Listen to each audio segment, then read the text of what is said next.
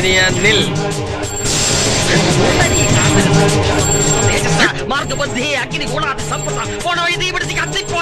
അതങ്ങ് മനസ്സിൽ വെച്ചാൽ മതി. ഇതേ എനിക്ക് മുട്ട ബിരിയാണി വെക്കാനുള്ള മുട്ടയാണ്. എല്ലാം പെട്ടെന്ന് ആയിക്കോട്ടെ എന്ന് ഓർത്ത് കുക്കറിലോട്ട് ഇട്ട കേട്ടോ. പിന്നെ ഞാൻ കുറച്ച് ബിരിയാണി അരി എടുത്തിട്ടുണ്ട്. ആ ബിരിയാണി അരിക്കകത്ത് കുറച്ച് സ്പൈസസ് ഇട്ട് കുറച്ച് ഉപ്പും നാരങ്ങ നീരും പിഴിഞ്ഞ് ഒന്ന് വെന്തെടുക്കുന്നുണ്ട് കേട്ടോ. ഞങ്ങൾക്ക് ബിരിയാണി അരി ഒന്നും മേടിക്കാനുള്ള സാമ്പത്തികം ആയിട്ടില്ല എന്നാണോ? എന്നാ വേണ്ടതേ നമ്മുടെ റേഷനരി ആയാലും മതി. ഇനി നമുക്ക് കുറച്ച് ഗ്രേവി തയ്യാറാക്കി എടുക്കാം. അതിനായിട്ട് നമ്മൾ കുറച്ച് ഇഞ്ചി, വെളുത്തുള്ളി, മല്ലിയില, പുതിനയില മിക്സിയിലിട്ട് ക്രഷ് ചെയ്തെടുക്കുന്ന പോലെ ആക്കുക.